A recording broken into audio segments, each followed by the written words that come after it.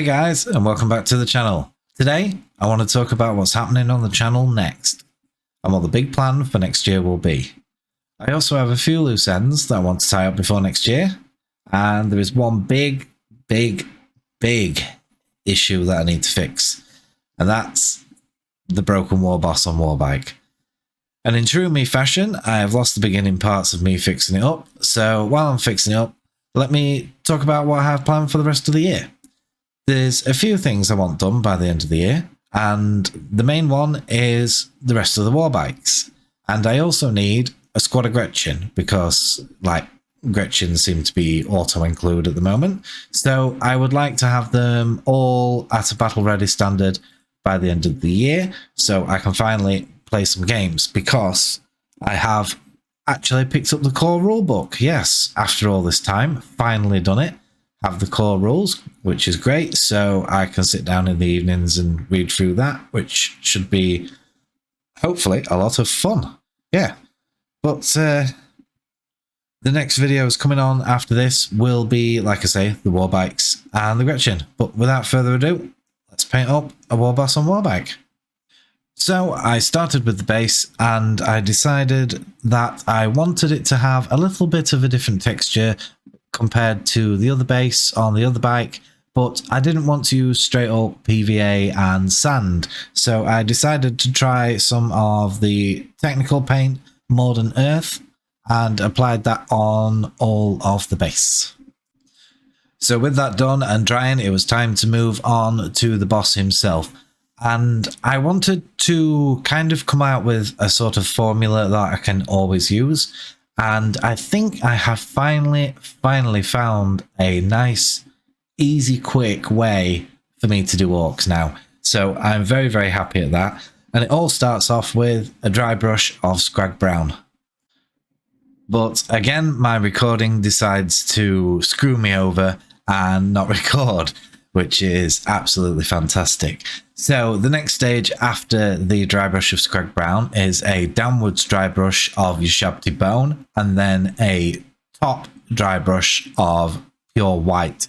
I've then used blue contrast to do the trousers, and brown to do the straps, and yellow to do the bits that I want yellow. I continued to pick out all the bits of detail that I want at different colours, and I pulled out Black Templar and I did the boots and some shading and parts on the weaponry, the drive chains, etc. and all the bits that I wanted black.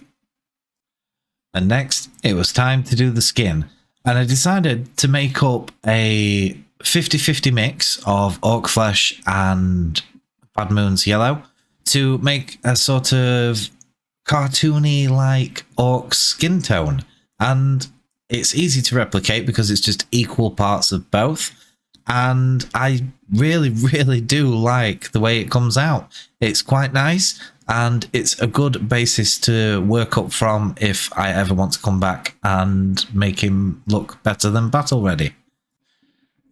Then it was time for a quick bit of touching up of the bones and the teeth and the claws and everything like that, and picking out a couple of extra colours here and there just to add a bit more pizzazz to him, and he was done. Next, it was time for the big guns, and yep, that's right, time to pull out the sponge. I figured I would sponge on the metals and see how that looked and see whether or not I liked it.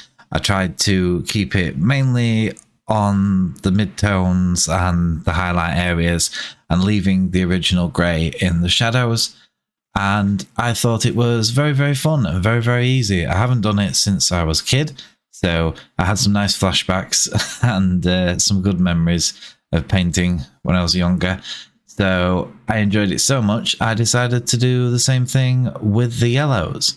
And after doing the yellows, I just picked out a couple of highlights and we were done. Simple as that. Or should I say, we were almost done. I forgot about the base, so I had a quick look at it, and it didn't come out as I expected it to. There wasn't as much crackling on the surface. I think I need to apply it thicker than I actually did in order to achieve that effect. but it's my first time using the stuff, and yeah, mistakes were made, but hey ho, it doesn't look too bad. And after a quick dry brushing of your shabby bone, it looks the part. It looks very much like pavement, so I'm happy with that. And after a little bit of fumbling around and fiddling and rearranging, I finally get it stuck together, and it looks pretty good. The yellow sponging seems to have worked really, really well. I'm actually very, very happy with it. I'm just a little bit concerned with the thruster on the back, because that's where I accidentally snapped it, and there wasn't really any way of being able to pin the thing. So I'm hoping that it's going to be strong enough to at least withstand playing with it. I'm going to be as mindful with this one as I can, and yeah, I hope it doesn't fall to bits on me. But at least I got those accelerator things glued underneath him now, so I don't have to worry about knocking those off. They're actually glued on the bottom of his foot as well. So mega, mega happy with that. But yeah, moving forward, we are going to be, like I say, doing the bikes, doing the knobs on bikes, doing some Gretchen. And then for next year, the big plan is to work on the armies on parade for my local store.